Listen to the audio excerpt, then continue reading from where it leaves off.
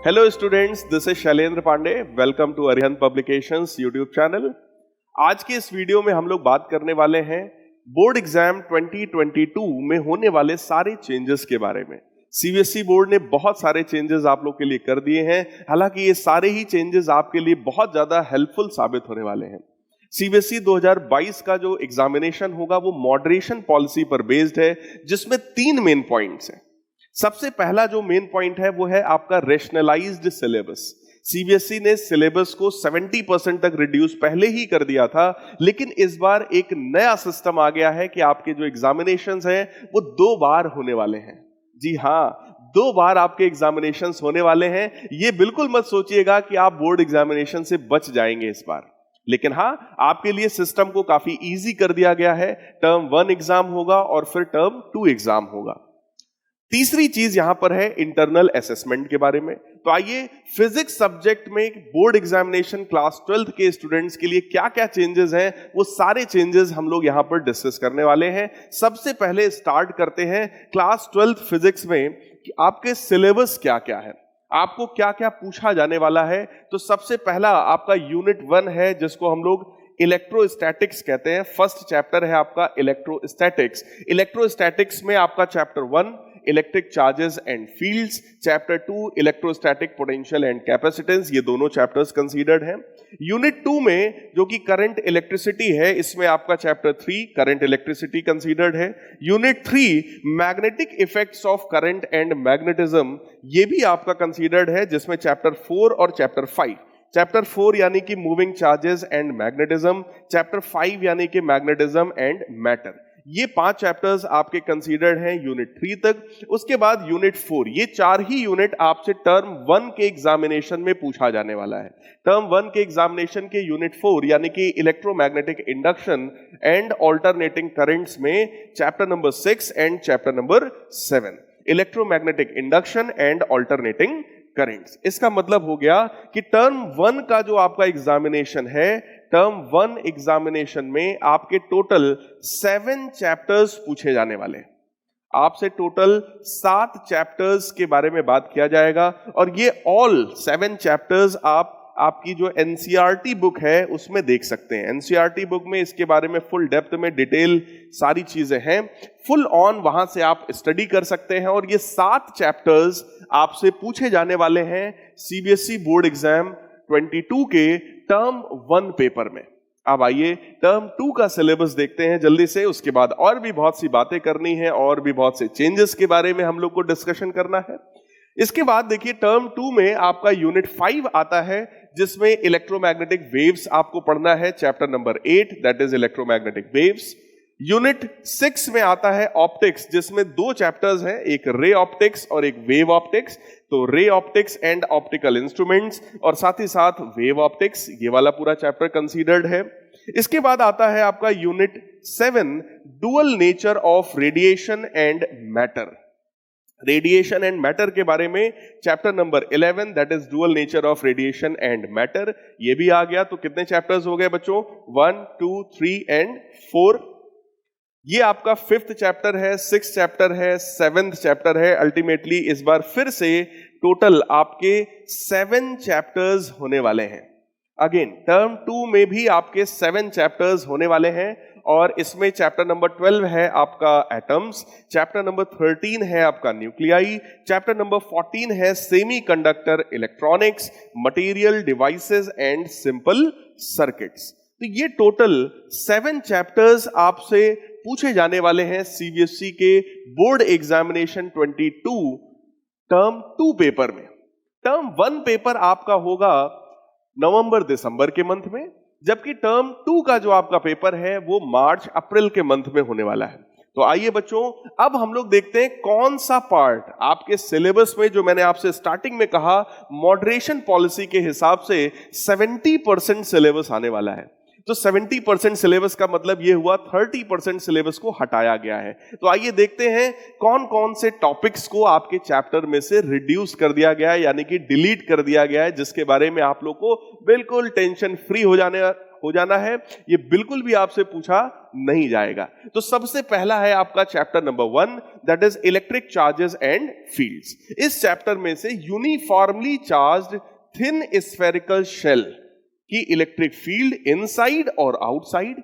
हम लोग electric field derive करते थे uniformly charge thin spherical shell का, इंटरनल पॉइंट पर, एक्सटर्नल पॉइंट पर। ये बिल्कुल सिलेबस से हट गया है, तो आप बिल्कुल टेंशन फ्री हो जाइए, ये नहीं पढ़ना है आपको। Chapter number 3 that is current electricity. इसमें से देखिए कार्बन रेजिस्टर्स आपको नहीं पढ़ना है, colour code for carbon resistors नहीं पढ़ना है, series and parallel combination of resistors को भी नहीं पढ़ना है, इसके डेरिवेशन पार्ट को भी नहीं पढ़ना है। अब आते हैं chapter number 4 that is moving charges and magnetism. इसमें से एक ये पूरा सिस्टम हट गया है साइक्लोट्रॉन। साइक्लोट्रॉन का यूज हम लोग करते थे किसी भी चार्ज पार्टिकल को हाईली एक्सेलरेट करने के लिए, उसकी वेलोसिटी को बहुत ज्यादा बढ़ाने के लिए। तो साइक्लोट्रॉन भी जो कि लॉन्ग क्वेश्चंस में पूछा जाता था, ये अब सिलेबस में नहीं है, तो इसके लिए आपको बिल्कुल परेशान नहीं होना है। सबसे ज्यादा फायदा आपका हुआ है इस वाले चैप्टर में magnetism and matter. Magnetism and matter में magnetic field intensity due to magnetic dipole that is bar magnet, किसी भी बार मैग्नेट के एक्सियल पोजीशन पर, किसी भी बार मैग्नेट के इक्वेटोरियल पोजीशंस पर हम लोग मैग्नेटिक फील्ड डिराइव करते थे। ये पूरा कॉन्सेप्ट आपका हट गया है। साथ ही साथ torque on the magnetic dipole in uniform magnetic field, जिसकी value tau is equal to M B sine theta आती थी, वो भी आपको बिल्कुल नहीं पढ़ना है। Paramagnetic substance, diamagnetic substance and ferromagnetic substance with examples, electromagnets and factors affecting their strength, permanent magnets, ये सारी चीजें आपके सिलेबस से हट गई हैं। जनरली बच्चों पैरामैग्नेटिक, डायामैग्नेटिक, फेरोमैग्नेटिक सब्सटेंसेस का जो ओरिजिन पार्ट होता था वो बच्चों को बड़ा कंफ्यूज करता था, तो इसको भी सीबीएसई ने पूरी तरीके से हटा दिया है। अब आते हैं टर्म 1 एग्जाम में, जो कि लास्ट आपका चैप्टर है ऑल्टरनेटिंग करंट। ऑल्टरनेटिंग करंट में आपका power factor and wattless current, ये दोनों कॉन्सेप्ट को हटा दिया गया है। पावरलेस करंट क्या होता है, वॉटलेस करंट क्या होता है, ये सब बिल्कुल हटा दिया गया है। पावर फैक्टर कॉस फाई को भी पूरी तरीके से हटा दिया गया है। तो ये सारी चीजें बच्चों आपके सिलेबस से रिमूव्ड हैं, आपको बिल्कुल नहीं पढ़ना है। अब आइए टर्म 2 में देखते हैं क्या हमारा बेनिफिट हुआ है यहां पर भाई। चैप्टर नंबर 8 इलेक्ट्रोमैग्नेटिक वेव्स, इसमें basic idea of the displacement current, इस कॉन्सेप्ट को पूरी तरीके से हटा दिया गया है कि डिस्प्लेसमेंट करंट किस तरह के सर्किट्स में आता है भाई, जहां पर इलेक्ट्रिक फ्लक्स चेंज हो रहा हो। लेकिन ये सब कॉन्सेप्ट हट गया है बच्चों, तो बिल्कुल टेंशन फ्री हो जाइए। Chapter 9 ray optics and optical instruments में आइए देखते हैं क्या क्या चीजें हटा दी गई हैं। तो रिफ्लेक्शन ऑफ लाइट क्या है, स्फेरिकल मिरर्स के बारे में, रिकैप्चुलेशन के बारे में, मिरर फार्मूला पूरा हट गया है, derivation, scattering of the light, blue colour of the sky, reddish appearance of the sun at sunrise and sunset, ये सब चीजें हट गई हैं। ये सब आपने क्लास 10th में भी पढ़ रखा है, तो 12th में ये बिल्कुल नहीं आएगा। Resolving power of microscope and astronomical telescope, जो कि एक बड़ा इंपॉर्टेंट क्वेश्चन था, अक्सर बोर्ड एग्जामिनेशन में आता था, इसको भी बोर्ड ने हटा दिया है। Polarisation, plane polarised light, Brewster's law, uses of plane polarised light and polaroid, इसका मतलब पोलराइजेशन वाला पूरा का पूरा चैप्टर ही आपका सिलेबस से हटा दिया गया है। बच्चों वेव ऑप्टिक्स में 3 पार्ट होता है, इंटरफेरेंस, डिफ्रैक्शन एंड पोलराइजेशन, तो ये पोलराइजेशन वाला पूरा चैप्टर ही हटा दिया गया है आपके सिलेबस से। आइए अगला देखते हैं क्या हटाया गया है। Chapter 11 that is dual nature of radiation and matter, इसमें से डेविसन जर्मर एक्सपेरिमेंट को हटा दिया गया है। बच्चों बड़ा कंफ्यूज करता था आपको कि सर ये एंगल कहां से आया, तो बिल्कुल खुशी की बात है, ये अब आपसे बोर्ड एग्जाम में इस बार नहीं पूछा जाएगा, बिल्कुल आपको टेंशन फ्री रहना है इसके लिए, ठीक है। Chapter number 13 that is nuclei, तो रेडियो एक्टिविटी वाला पूरा पोर्शन हटा दिया गया है। रेडियो एक्टिविटी क्या है, अल्फा बीटा गामा पार्टिकल्स क्या होते हैं, इनकी प्रॉपर्टीज क्या है, रेडियो एक्टिव डिके लॉ क्या होता है, derivation, half life, mean average life, ये सब चीजें, बाइंडिंग एनर्जी पर nucleon and it's variation with mass number, ये सब बच्चों हटा दिया गया है। बाइंडिंग एनर्जी कर्व हटा दिया गया, ये सारी चीजें यहां से रिमूव्ड है, ये आपसे नहीं पूछा जाएगा। अब आते हैं टर्म 2 के last chapter that is semiconductor electronics में। देखिए इसमें भी बहुत फायदा आपका हुआ है। Materials, devices and simple circuits, zener diode and their characteristics, zener diode as voltage regulator, ये सारी चीजें बच्चों सिलेबस से हटा दी गई हैं। तो ये था आपका जो 30% पोर्शन जो हटा दिया गया है सिलेबस से। तो ये वो सारे टॉपिक्स हैं जो आपको इस बार नहीं पढ़ने हैं। अब आइए देखते हैं कि जो जो आपसे एग्जाम में पूछा जाने वाला है, आखिर उसका एग्जाम में वेटेज क्या होगा। ये बड़ा इंपॉर्टेंट पार्ट होता है, क्योंकि देखो टर्म 1 और टर्म 2 ये दोनों एग्जामिनेशंस बच्चों 50-50 मार्क्स के होंगे। 50 में से 35 मार्क्स का ये आपका पेपर होगा। टर्म 1 आप सबको पता है प्योरली ऑब्जेक्टिव होगा, जिसके 4 ऑप्शंस होंगे। ठीक, 4 में से कोई एक सही होगा, वो भी मैं अभी आपको आगे सिखाऊंगा कि कैसे OMR फॉर्म को या OMR शीट को हमें फिल करना है। तो आइए देखते हैं। सबसे पहली बात है जो आपका यूनिट 1 है, जिसमें मेनली आप इलेक्ट्रोस्टैटिक्स की बात करते हो, उसका पूरा वेटेज बच्चों 17 है। यूनिट 1 और यूनिट 2 मिलाकर, यानी कि इलेक्ट्रोस्टैटिक्स और करंट इलेक्ट्रिसिटी, ये पूरा मिला करके आपसे 17 मार्क्स का पूछा जाने वाला है। दूसरा है बच्चों unit 3, that is magnetic effects of current and magnetism. साथ ही साथ unit 4 electromagnetic induction and alternating currents. तो ये पूरा का पूरा जो है ये मिला करके आपसे पूछा जाने वाला है 18 मार्क्स का। फर्स्ट जो आपका मेन होता है इलेक्ट्रोस्टैटिक्स और फिर इलेक्ट्रोडायनेमिक्स यानी कि करंट इलेक्ट्रिसिटी, उसको कंबाइंड फॉर्म में 17 मार्क्स का पूछा जाएगा। मैग्नेटिज्म जो आपका है इलेक्ट्रोमैग्नेटिक इंडक्शन ऑल्टरनेटिंग करंट तक, ये टोटल मिलाकर आपसे 18 मार्क्स का पूछा जाएगा। और ये रहा आपका टर्म 1 का टोटल, दैट इज 35 मार्क्स। इसके अलावा बच्चों टर्म 2 की भी बात करेंगे, लेकिन 15 मार्क्स का आपका प्रैक्टिकल और इंटरनल असेसमेंट भी होगा, उसके बारे में भी मैं आपसे बात करूंगा। ये रहा आपका टर्म 2 में क्या वेटेज है यूनिट्स का। तो देखिए यूनिट 5, यूनिट 6, जिसमें आपसे पूछा जाएगा इलेक्ट्रोमैग्नेटिक वेव्स के बारे में, ऑप्टिक्स के बारे में, ये पूरा यूनिट कंबाइंड फॉर्म में 17 मार्क्स का आपसे पूछा जाएगा। इसके बाद unit 7, unit 8, that is dual nature of radiation and matter, atoms and nuclei, ये आपसे कंबाइंड फॉर्म में 11 मार्क्स का पूछा जाएगा। Unit 9, that is electronic devices, जिसमें आपका चैप्टर नंबर 14 आता है। तो सिर्फ इस चैप्टर से आप लोग देख सकते हैं 7 मार्क्स का पूछा जाएगा। So this is total 35 marks जो कि टर्म 2 एग्जामिनेशन में होगा। अब टर्म 2 एग्जामिनेशन आपका अभी तक तो यही कहा गया है कि ये आपका फुल जैसा पेपर होता है उस तरीके का पेपर होगा, ऑफलाइन होगा। लेकिन अगर सिचुएशंस खराब रही तो इनको भी ऑनलाइन में यानी कि ऑब्जेक्टिव में MCQ फॉर्मेट में कन्वर्ट करना पड़ेगा। तो वो बाद की बात है, वो उस समय की सिचुएशन बताएगी कि हमारा एग्जाम कैसा होगा। ठीक है बच्चों, फिलहाल हम लोग को पूरी प्रिपरेशन करके रखनी है टर्म 1 की सबसे पहले। अब आइए आपको मैं बताता हूं इंटरनल असेसमेंट जिसकी हम लोग बात कर रहे थे, जो प्रैक्टिकल्स आपके हैं उसमें क्या कैटेगराइजेशन है, उसमें क्या वेटेज है। तो टोटल जो आपका प्रैक्टिकल पोर्शन होगा वो 15 मार्क्स का होगा और इसका टाइम है आपके पास 1.5 आवर, यानी कि 90 मिनट्स आपको प्रैक्टिकल के लिए दिए जाएंगे, जिसमें टोटल आपको 15 मार्क्स मिलने हैं। ये 15 मार्क्स का कैटेगराइजेशन देखिए क्या है।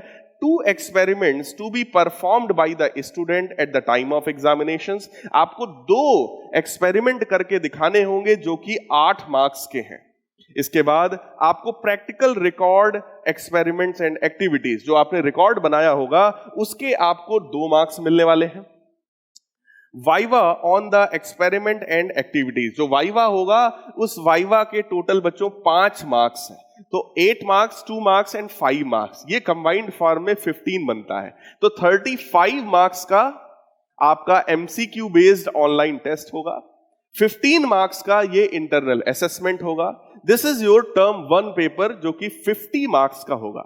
बिल्कुल सेम पैटर्न पर टर्म 2 का एग्जाम होगा। 35 मार्क्स का आपका पूरा पेपर हो सकता है, जो कि अभी CBSE ने कहा है कि वो आपका जैसा एग्जाम होता था जिसमें वेरी शॉर्ट क्वेश्चंस और लॉन्ग क्वेश्चंस आते थे, उस तरीके का पूरा सब्जेक्टिव पेपर होगा जिसमें आप पूरी चीज लिखेंगे, डिराइव करेंगे, न्यूमेरिकल्स को सॉल्व करेंगे।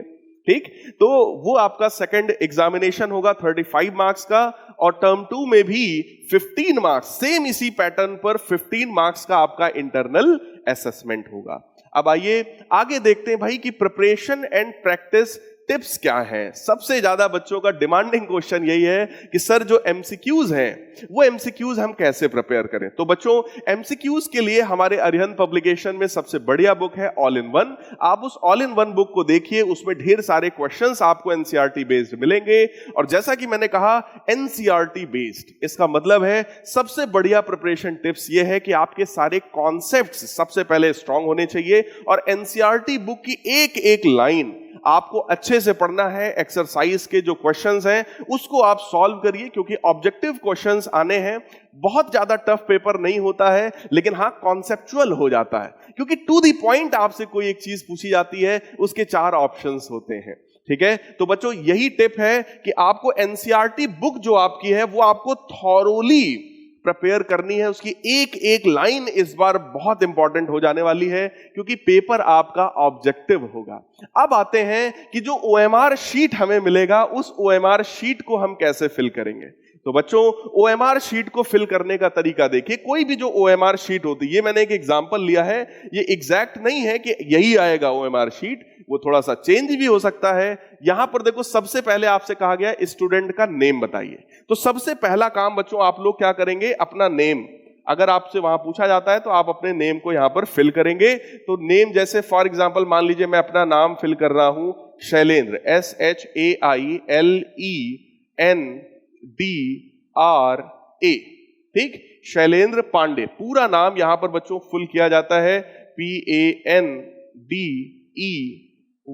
ये मैंने अपना पूरा नेम फिल किया। अब इस नेम के नीचे ये देखिए सारे ब्लॉक्स हैं, A से लेकर Z तक ये सारे जो है सर्कल्स बने हुए हैं। तो जहां पर S होगा, सबसे पहला लेटर था S, तो हम S में यहां पर जाकर के हम S को फिल कर देंगे पूरा।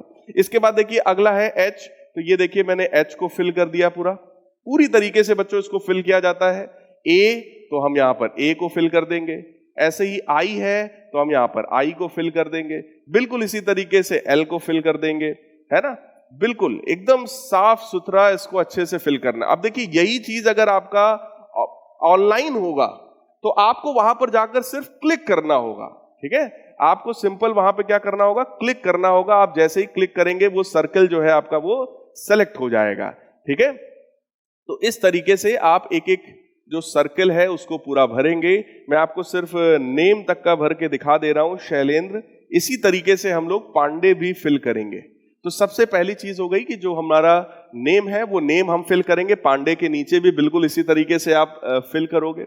आपका जो भी रोल नंबर होगा उसको आप लिखोगे, उसके नीचे बिल्कुल इसी तरीके से सर्कल आप सिलेक्ट करोगे। यहां पर लिखा हुआ है सेंटर कोड, तो इसी तरीके से आपसे सब्जेक्ट कोड पूछा जा सकता है। और आपके फिजिक्स का सब्जेक्ट कोड है बच्चों 042 हम लोग फिल करते हैं, तो आप उसको फिल कर देंगे।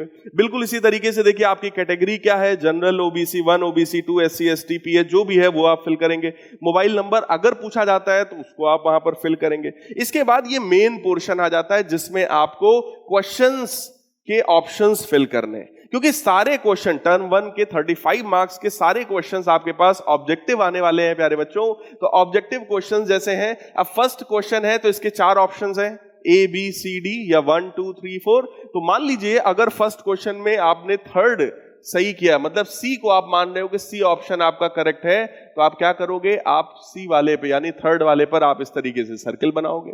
ऐसे ही सेकंड क्वेश्चन में मान लो फोर्थ वाला करेक्ट है, तो आप फोर्थ वाले को आप इस तरीके से सर्कल बनाओगे। बिल्कुल इसी पैटर्न पर हम लोग जितने भी क्वेश्चंस हमसे पूछे जाएंगे वो सारे क्वेश्चंस को हम लोग फिल करेंगे। लास्ट में हो सकता है सिग्नेचर के लिए आपसे कहा जाए तो आप सिग्नेचर करोगे, इन्विजिलेटर का सिग्नेचर होगा तो वो होगा, बाकी यहां पर एग्जाम का जो डेट होगा वो एग्जाम का डेट फिल किया जाएगा। बच्चों ये जो OMR शीट है ये किसी ऑफलाइन एग्जाम में मिलने वाली OMR शीट है। बिल्कुल इसी तरीके का आपको ऑनलाइन में भी OMR फॉर्म मिलेगा जिसमें आप क्लिक करते जाएंगे। यहां पर देखिए मैंने आपको फिल करके दिखाया था, यहां पर मैंने देखिए फिल किया, सर्कल को बनाया है। लेकिन अगर ऑनलाइन आपका हो रहा है तो आप सिर्फ उस पर क्लिक कर दोगे, आपका काम चल जाएगा। तो आई होप आप लोग को सारी बातें, सारे डाउट्स आपके क्लियर हो गए होंगे। और अगर फिर भी कोई डाउट रह जाता है तो आप लोग जरूर कमेंट करें। I will try to answer all your questions. Thank you guys.